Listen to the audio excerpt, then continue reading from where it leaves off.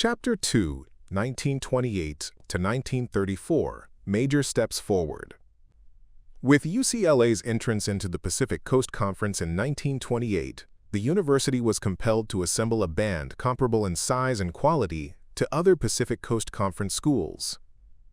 As the California Daily Bruin put it, every effort is being made to organize the rooting section and the band so that they will be on par with those of the other coast universities.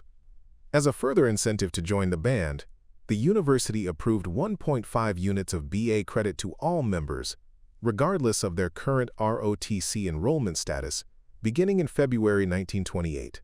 In order to receive credit, students simply added the course University Band to their study lists.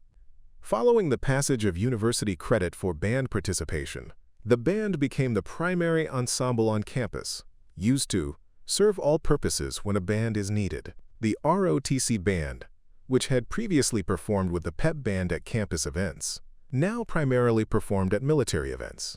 Leroy Allen, who directed the band from 1934 to 1947, differentiated the performing duties of the two ensembles by pointing out, the ROTC Band furnished music for campus functions.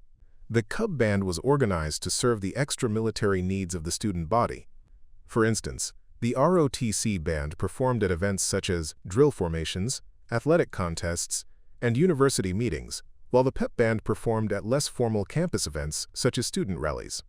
Commenting on the direction and leadership of the Pep Band, Allen stated, "Under student control, there was a yearly change of leadership, resulting in direction by paid professional musicians, student directors, and, occasionally, the ROTC bandmaster until 1935, when all bands of the university were placed under a faculty member of the Department of Music." Describing the status of the band in 1928, Richard Petrie, class of '29, told the California Daily Bruin, "A good band is the biggest advertisement a university can have, and nothing will get the name of an institution before the public better than a snappy band performance. No college activity demands a greater amount of time for preparation than does a band. In fact, 2 or 3 years of practice are necessary to produce a really good organization." The band was likely present at the Southern California Olympic tryouts held in the Coliseum on June 16, 1928, which featured a combined band of 1,000 performers, a new director, and new uniforms. By the fall of 1928, the band still had much to accomplish in order to favorably compare with other Pacific Coast bands. Students could not help but notice how the emerging ensemble paled in comparison to the established strength of the USC Band. In a letter to the editor of the California Daily Bruin, an unidentified student lamented, "There are 2 things the band needs. One is instruction, and the other is uniforms." Nevertheless, the student noted the band's potential, stating, "There is sufficient musical talent among the men and sufficient will to put it over. If a means is found, a band may emerge from the chaos equal to anything on the coast." In response to these concerns, Kenneth Piper, class of '29, ASUC president, immediately took action to ensure the purchase of uniforms and hiring of a full-time band director. Piper asserted, "I absolutely will not have a band on the field until I can put a Pacific Coast Conference band out there. Consequently, we have planned a uniform that will add distinctiveness as well as dignity to the institution. We will hire a band leader of high caliber, and I plan in that way to put the band upon the same scale and reputation as our daily paper, annual, and athletic teams."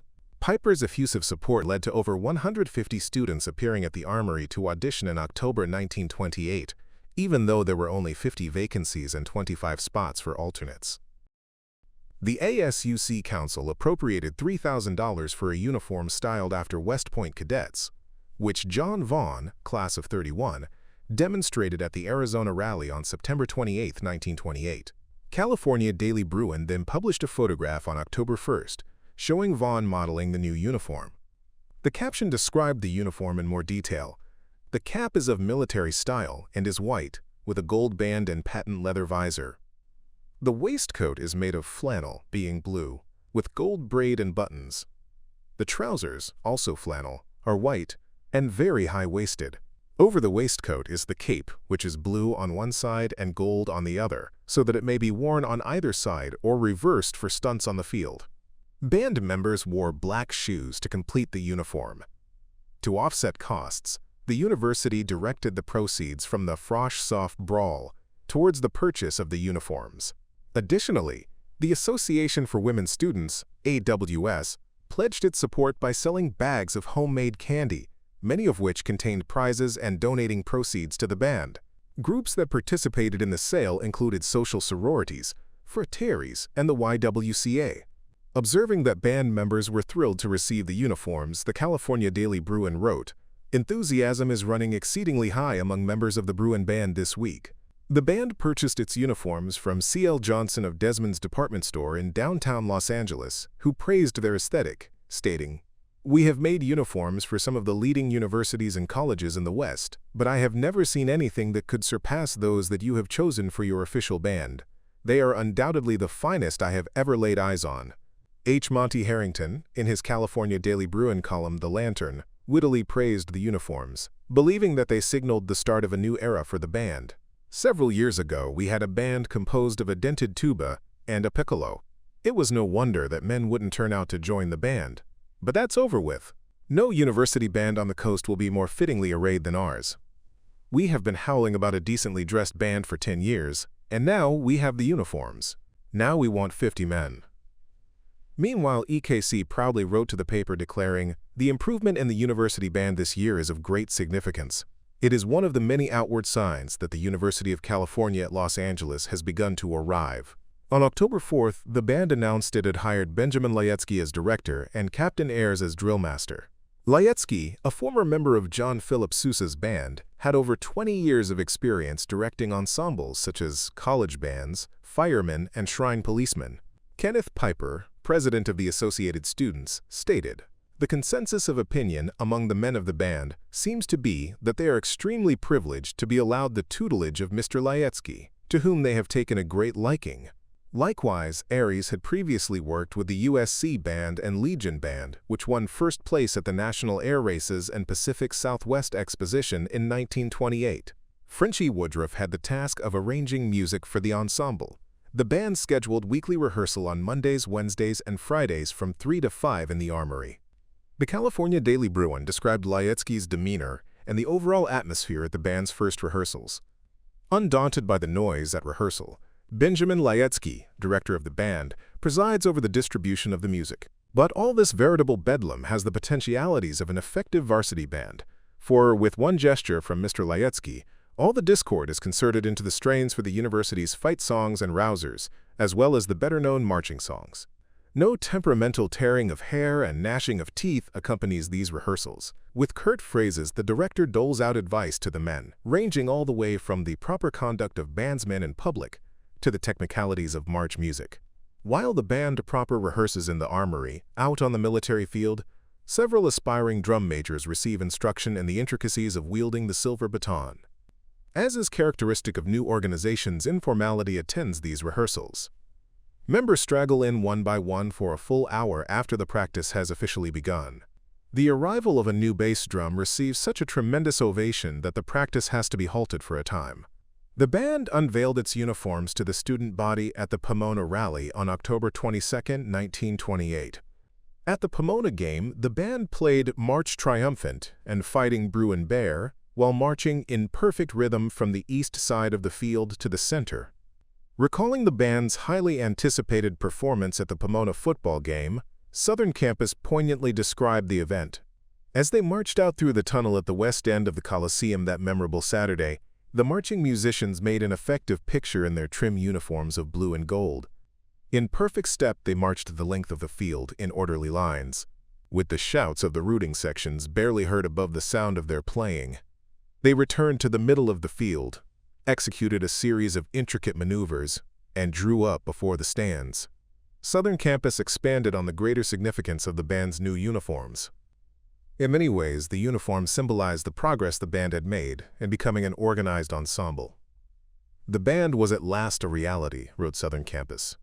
Against the green of playing field, the band made an effective picture in their trim uniforms of blue and gold. As they marched down the length of the Coliseum in perfect step to the martial swing of the blaring music, the entire rooting section rose with a triumphant shout. For 5 years, this moment had been awaited. It was more than a band that was playing. It was 5 years of effort capped with success. Within one short year, the band has achieved an important achieved an important and dignified place in the life of the university and of the community.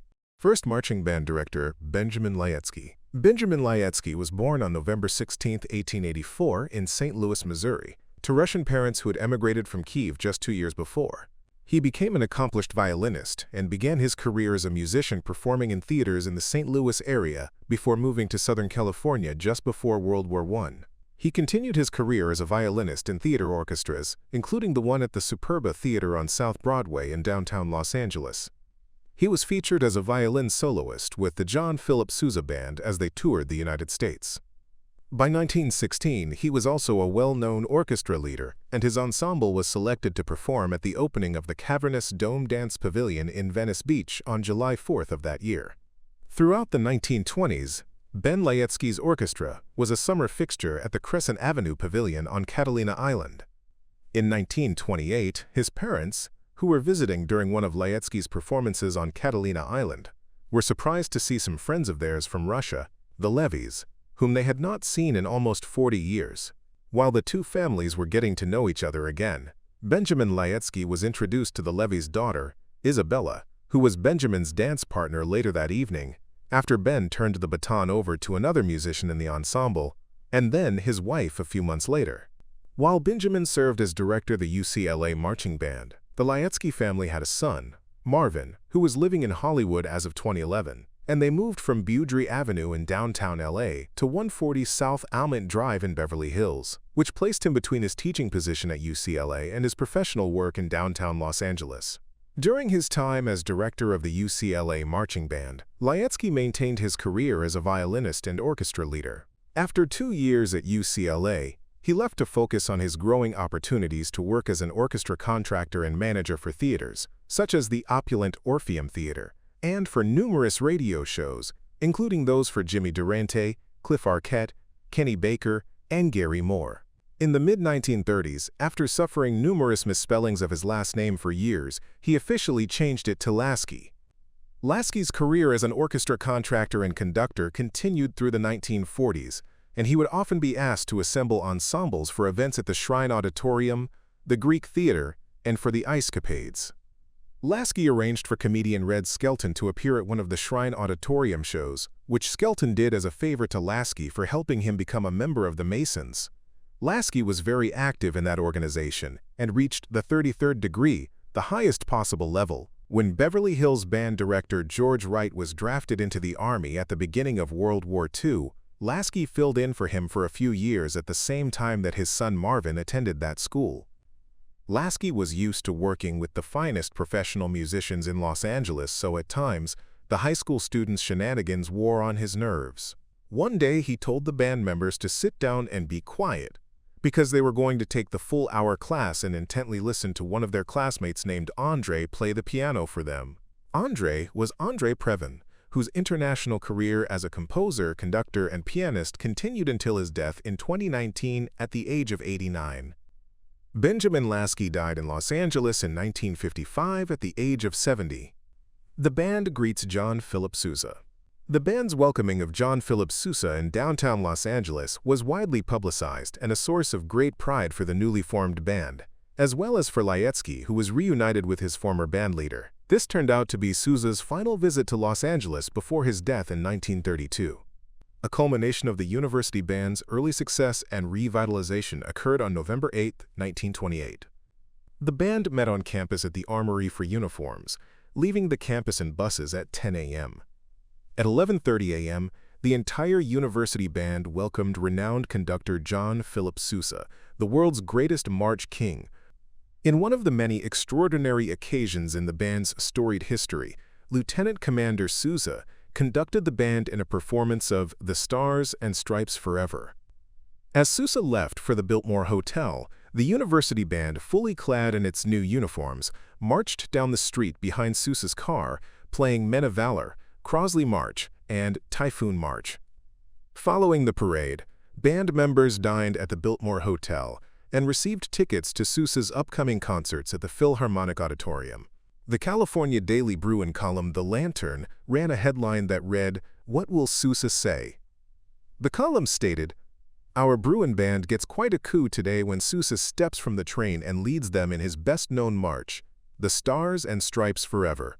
The citizenry of Los Angeles will be treated when the band follows Sousa to his hotel, blaring away down the main drag in the blue and golds. Better publicity can't be bought at any price. Other performances in 1928 included the Los Angeles Chamber of Commerce dinner at the Biltmore Hotel, a concert in the Shrine Auditorium, the ceremony for the laying of the cornerstone of the Masonic Building in Westwood, and the Santa Monica Flower Show. Robert Keith becomes band manager. The day after the band greeted and performed for Sousa, the California Daily Bruin revealed that Robert Keith, class of '30, had been appointed manager as part of the first step in organizing a permanent managerial staff for the Bruin band. 2 juniors and 2 sophomores joined Keith as assistant managers. One of Keith's first activities as band manager consisted of securing gigs in San Francisco or San Diego during winter break 1928. Keith also negotiated with the Associated Students with hopes of allowing the band to travel to Pacific Coast Conference games in 1929. Former manager Barry Bertram explained the duties and commitments required of him as band manager. Essentially, managerial duties included overseeing the band's uniforms, planning gigs, arranging for transportation to performances, planning meals, and managing regular and alternate members at scheduled events. "I made sure the fellas got their instruments there," Bertram added. The school provided instruments to some extent. To store the band's new uniforms, the university allocated 2 storerooms in the Mechanic Arts Building. In December 1928, 25 members performed downtown at the Hill Street Theater, where the group marched on stage and performed a brief drill routine. In the spring, the band performed at basketball games held at Olympic Auditorium and planned various checkboard formations for its halftime show. Meanwhile, Laetsky was busy making arrangements for one of the band's first film appearances in a Universal motion picture. Although details surrounding this film remain unknown, Laetsky announced the 12 members selected to appear in it at rehearsal during the second week of January. The Psi chapter of Kappa Kappa Psi is formed. The band held a vote at rehearsal on February 20, 1929, whether to petition Kappa Kappa Psi, the National Honorary Band Fraternity, with the goal of starting a chapter at UCLA. The band continued to discuss the prospect of forming a fraternity at the first annual band banquet, held on February 23 at the downtown Mayfair Hotel, and formed a fraternity on a university level, designated Kappa Theta Psi, with ambitions towards a higher scholarship, better fellowship, and higher type of musical attainments for the members.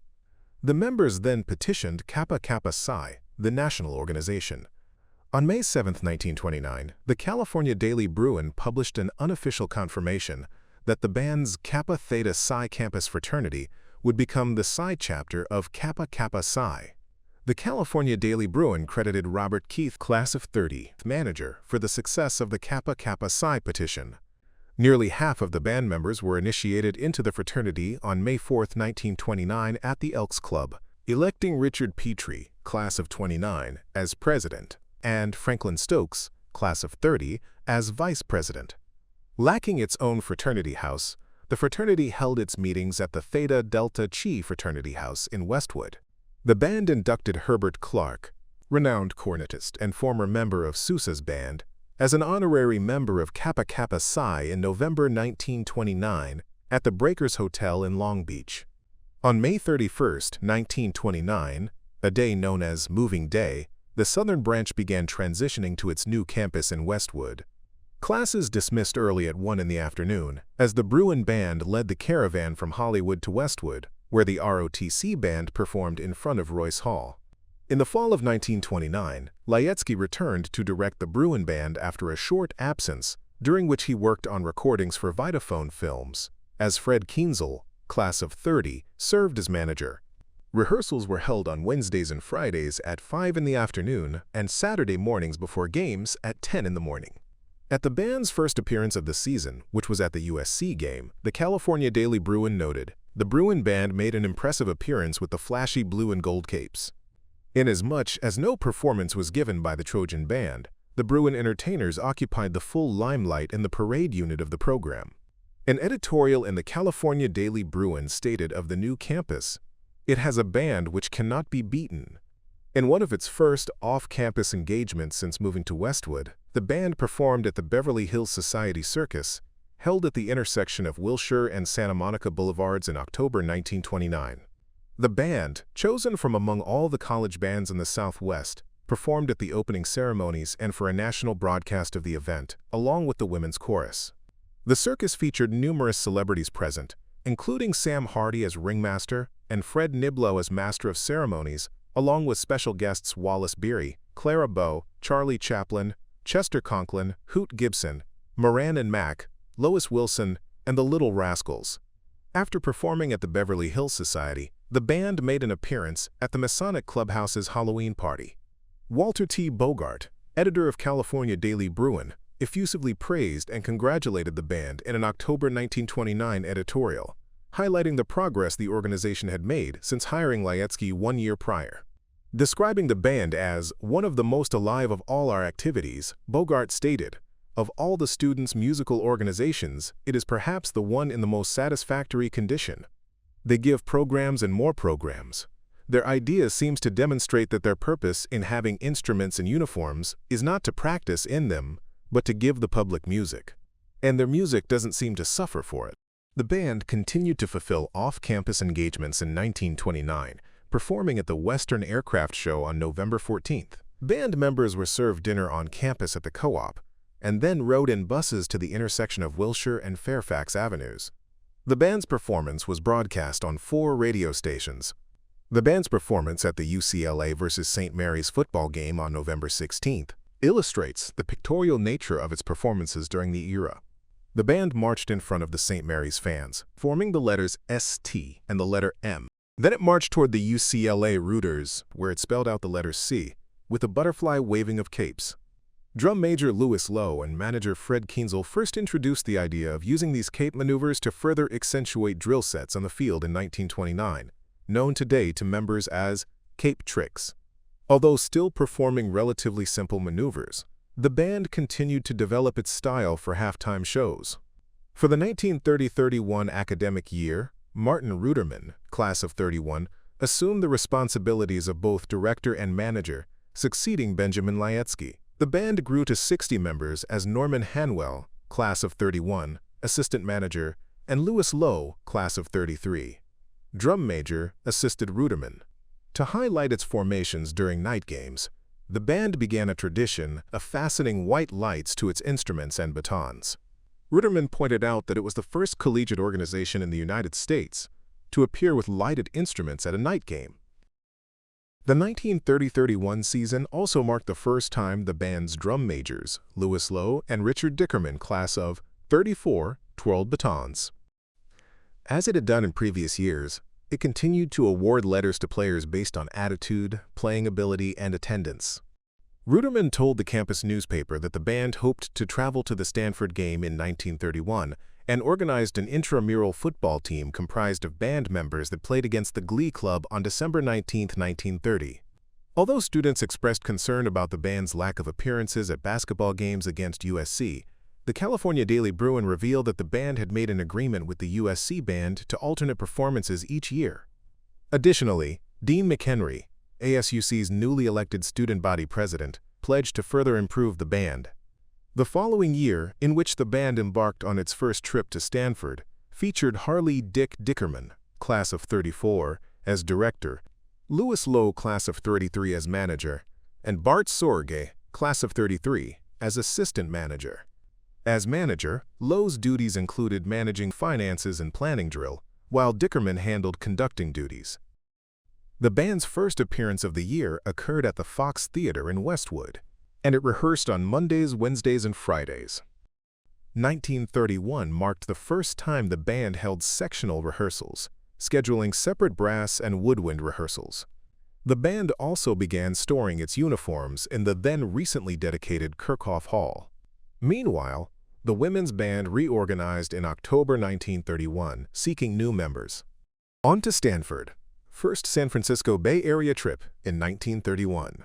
The band began its tradition of annually traveling to the Bay Area in 1931 for the Stanford football game. Though it would later travel by train or plane to Palo Alto or Berkeley, The band, along with over 200 other loyal rooters, boarded the H.F. Alexander boat, which the California daily Bruin hailed as the fastest liner along the coast, in Wilmington on Friday, October 30th. The event was a momentous occasion for the university, marking the first time that a large contingent of UCLA traveled outside Los Angeles to support their football team. The paper also noted that the football team was sure to put on an entertaining show for fans, stating, "It is rumored that old Father Spaulding has a few quick tricks himself, to be played in answer to manipulations of the cards up north. The old hideout play, with a player sent up in the bleachers disguised as a hot dog vendor in the hope of receiving a long pass, may even be revived." On October 16th, the band held a Sunday morning rehearsal, during which it finalized its roster of 35 for the ensemble's first trip north. Despite heavy rain and an early call time of 8 a.m., the rehearsal had an enormous turnout. Louis Lowe stated, "This is the first year that our team has had a good chance to beat Stanford, and we don't want to miss it." ASUC dispersed $100 to cover the band's expenses for the trip, and the band paid for bus fare and one meal. In the days leading up to the Stanford trip, the band introduced a new fight song at the Pomona football game. The tune Bruin Fight was written by Bert Price, class of '27, and arranged by the band's own solo cornetist, Harry Bunton, class of '32.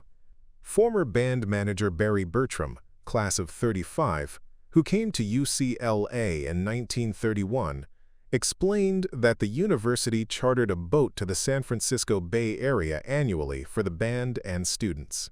They had ships here going daily for tourists from San Pedro to San Francisco, and whenever we were playing Cal or Stanford in San Francisco, we took over the entire ship, Bertram explained. Not only the band, but also the students were on board. We'd leave in the morning and get there in the afternoon on a Friday, and then get a hotel in San Francisco. Then they'd bus us over to Berkeley. The H.F. Alexander departed Wilmington at 4 p.m., with many students taking a train to Wilmington. The band gave several performances on the liner, which featured nightly parties on Friday and Saturday. Buses were scheduled to meet the band after docking in San Francisco.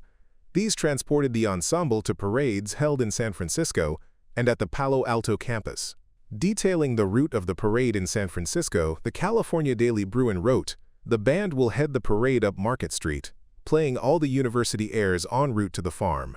On Saturday, it performed at the football game, which started at 2:30 p.m. The band was featured on radio station KPO after the game, performing 6 selections during a 30-minute program at 9:30, and then boarded the boat at 1 a.m. for the journey to Los Angeles, on which the travelers ate a midnight dinner.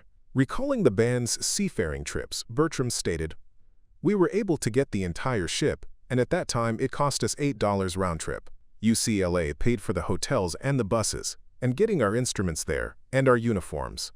During the lengthy voyages, which often did not reach Northern California until 9:30 a.m. the following day, the band and students had a spirited time, dancing throughout the night. "It was not a sleeping boat," Bertram recalled. "When we got on at midnight, we were just sitting on the decks, sitting on the chairs, and we'd walk around, have a drink, or talk." As Southern Campus wrote, the participants had a better time if possible on the return trip than on the voyage up. The travelers celebrated through the night, although some crawled away to get a little sleep. Not every Bay Area trip was smooth sailing for Bertram, however, who recounted his experience of nearly missing the boat. "I recall a couple of times that we were a little bit late to the ship and it was pulling out and we jumped on. I was with somebody else and we had to jump.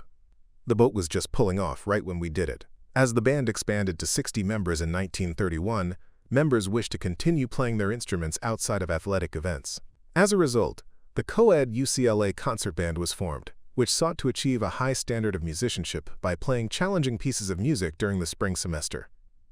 The band presented an innovative show at the Idaho game in October 1932.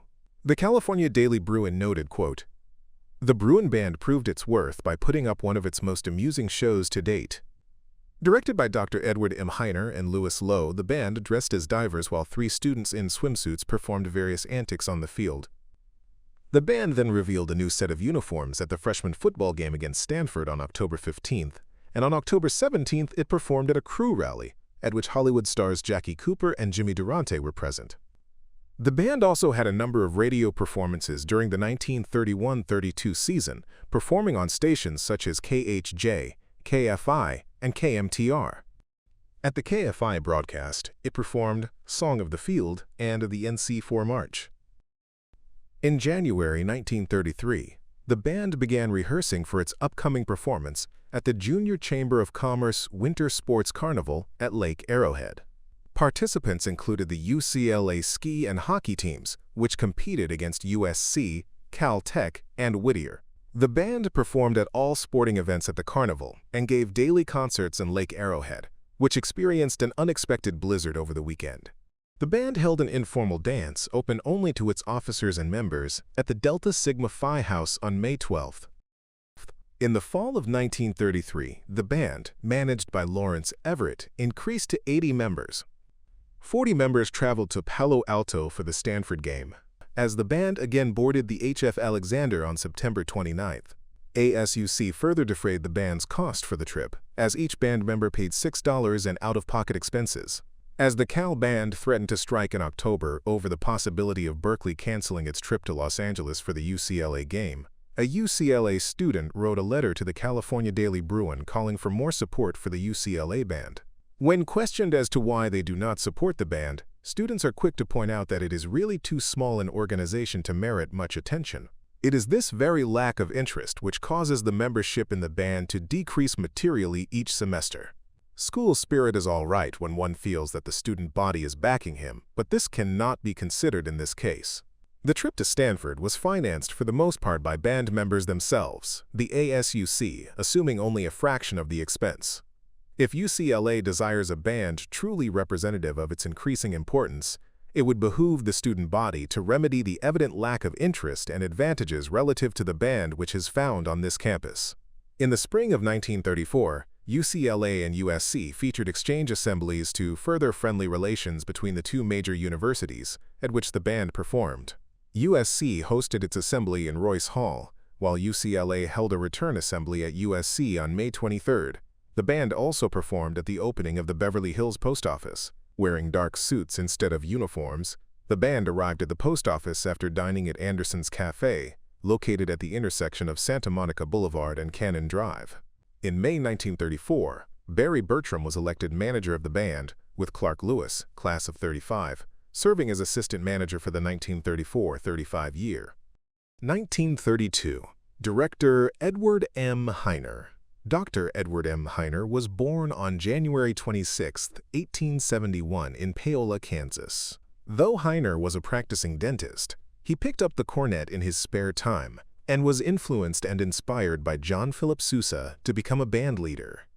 Hiner became the director of the 3rd Regiment Band of Kansas City in 1889, a position he held for 27 years.